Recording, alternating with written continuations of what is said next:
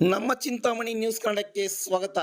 ಬಟ್ಲಳ್ಳಿಯಲ್ಲಿ ನಡೆದ ಎನ್ಡಿಎ ಕೋಲಾರ ಲೋಕಸಭಾ ಮೀಸಲು ಮೈತ್ರಿ ಅಭ್ಯರ್ಥಿ ಮಲ್ಲೇಶ್ ಬಾಬು ಪ್ರಚಾರ ಸಭೆಯನ್ನು ಮುಂಗಾನಹಳ್ಳಿ ಹೋಬಳಿ ಮಟ್ಟದ ಚುನಾವಣಾ ಸಭೆಯಲ್ಲಿ ಮೈತ್ರಿ ಅಭ್ಯರ್ಥಿಯಾಗಿ ಆಶೀರ್ವಾದ ಮಾಡಬೇಕೆಂದು ಬಿಜೆಪಿ ತಾಲೂಕು ಮಾಜಿ ಅಧ್ಯಕ್ಷರಾದ ಆರ್ ಶಿವಾರೆಡ್ಡಿರವರು ಅಬ್ಬರ ಪ್ರಚಾರ ಭಾಷಣ ತೆಲುಗು ಭಾಷೆಯಲ್ಲಿ ಮಾತನಾಡಿದರು. వరకు యుద్ధం నడుస్తా ఉంది. ఆ యుద్ధంలో జయించాలంటే ఇండియా పాకిస్తాన్ కు యుద్ధం నడిచినటువంటి అట్లా ఒక సన్నివేశం ఇది. మన భారతదేశము నరేంద్ర మోదీ ఎంతో ముందుకు తీసుకొని పోతున్నాడు.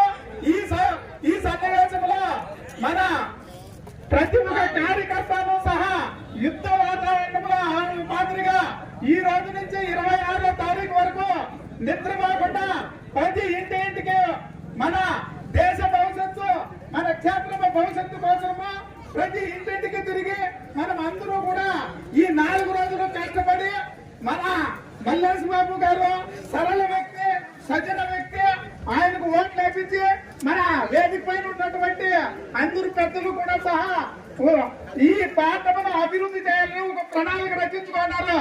ఆ ప్రణాళిక ప్రకారము 50 కారణానికి సెంట్రల్ లో కాంగ్రెస్ గవర్నమెంట్ వచ్చేలేదు.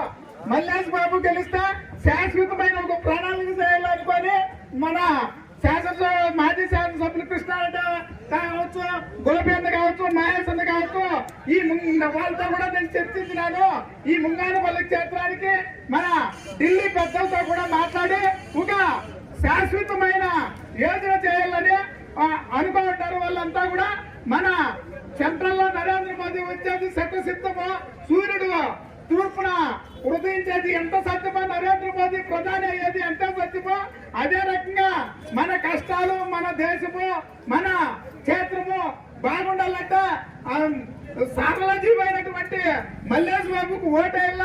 వాళ్ళు కూడా సహా అక్కడ ఢిల్లీలో మన పనులు జరగాలంటే మల్లేశ్ బాబు మన ప్రతినిధిగా ఉంటే మనకు పనులు అయ్యేదానికి అనుకూలం ఉంటుంది.